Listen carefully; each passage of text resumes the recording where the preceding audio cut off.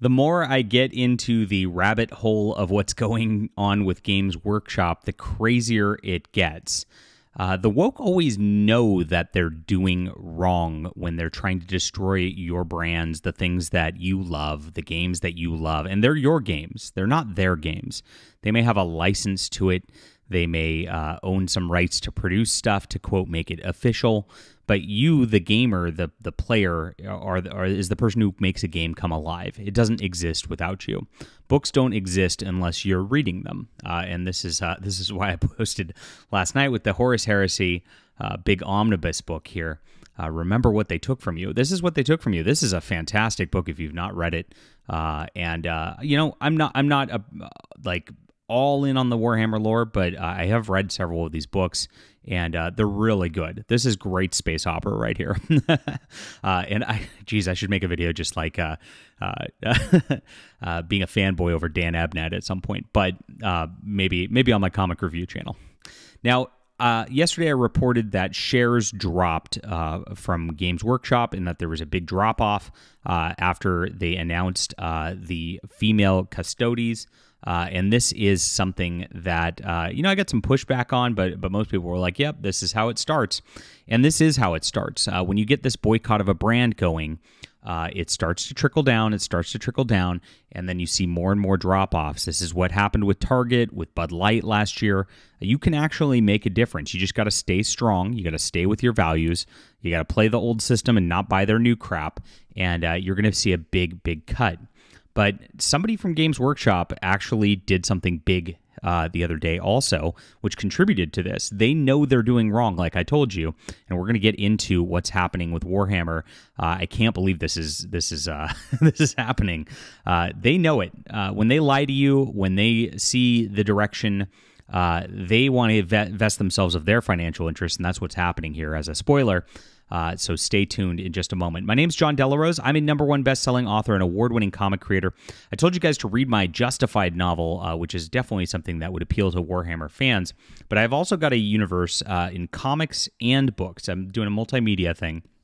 This is on my website.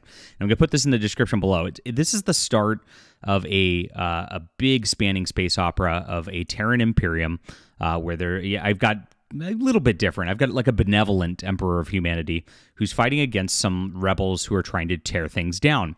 This is much more an allegory for the way the woke are trying to rebel from what's going on and tear down our culture. So it's a twist on a similar setting to Warhammer, and you're going to really enjoy this as I build this out. I am going to do some spin-offs with some Space Marines who are going to be showing up in the second novel. I'll show you the novel in a second. There's going to be some Space Pirates. There's going to be a lot of cool stuff happening here. And this is widely regarded by people as my best comic I've produced, Overmind. It's only available on my web store. So you can get this directly from me. I'll ship these out tonight to you if you want them. And then you can get the follow-up novel. So the continuity of this goes from Overmind to the Immortal Edge right here. And this is my novel, which follows up on that. So while this is a comic and a graphic novel, 66 pages, this is a full novel. It's available on audiobook and everything. You don't need to, if you're just a reader, you don't need the comic or vice versa. But they do add to each other. I like to build things and build a nice world. So if you've read my stuff before, I do a simple story for my first one, and then I really build the world out from there as it goes on. And this was a very poignant story. So I'm going to put both these links in the description below for you to check out. Thank you guys for doing this for my books and coming in hard over the last week. I mean, we've seen tremendous sales, and it's all on you. And I respect you guys as customers and want to do what you want, unlike Games Workshop. Now, this is what I reported yesterday, that their stock was tanking because of what they did here. They know what happened. The markets know what happened. People are pulling out of here and pulling out of Games Workshop because of the direction that the company's going and the direction of the failures. Now, sales have been very not great over the last couple of years as they've been pushing towards a woke market as it is. This is just the one that got everybody's attention because the company went directly on Twitter and lied to your faces about changing the lore for Warhammer, that there were always female custodies when there never were. This is a brand new thing. And look what happened. Game Workshop's CFO sells 2/3 of her stake in the company. So I I showed the stock dropping yesterday. I showed people getting out of it. This is another huge ding for Warhammer. If the CFO is trying to divest herself, maybe this is why they have female custodians now. All their executives are Kathleen Kennedy female types. Absolutely wild. Outgoing CFO of Games Workshop sold shares worth more than £700,000, just offloaded them. Rachel Tung has reduced her stake in the Nottingham-based company by 2/3. In January, she announced her resignation, though she's expected to stay to the company until next January. So she's going to be here for a year, but wants out of her financial position in this now. Now, this might be all she's allowed to. When you have a certain stake in a company in stock markets, I don't know how England's stock market works, but sometimes you're only allowed to sell so much as an insider. Because if she just went full and sold off all of her stake, it might tank the stock too much, and that's they have protections against that. So this might be why she sold off what she could at this point, and that means she's going to be selling off the rest of her stock, trickling out on her way out here as well. So there's going to be a glut in supply of stock, and the demand's going to go down, and you know what that means. It's absolutely amazing.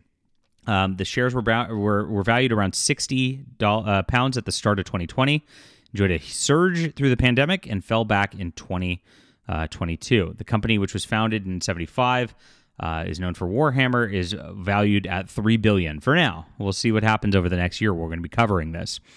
So now that they've changed their agenda to be a BlackRock and Vanguard agenda, who still own large portions of the company here, we're going to see that the people who are invested in this on the gaming side are going to be pushing out further again, and we will see further drops as you continue to boycott this company. Now, please stay with the boycotts, because as you do so, the company's going to feel the pressure. It's going to be a bigger deal, and these little gaslight things that are happening are something to note. So you see one of these the fans right here who's simping for Games Workshop say, the funniest thing is way back in '88, there were female Space Marines, but the lads playing back then ended up not wanting to play with girls, so they complained when the pack had a female. Games Workshop simply removed them. Oh, yes. From the packaging because they weren't selling. Not to do with the lore, just marketing. The lore is men didn't want to play with a girl model because the 80s was so backwards and boys picked on for not being manly men. Oh my gosh, what a weird revisionist history. So naturally, there's community notes. And thank you for community notes on Twitter here. Back in '88, there were already Sisters of Battle and Adeptus Sororitas based. The base of the figurine also states sisters, meaning they are part of the Sisters of Battle. They were not just a female Space Marine, and so this person was completely lying in order to try to gaslight you on behalf of Games Workshop.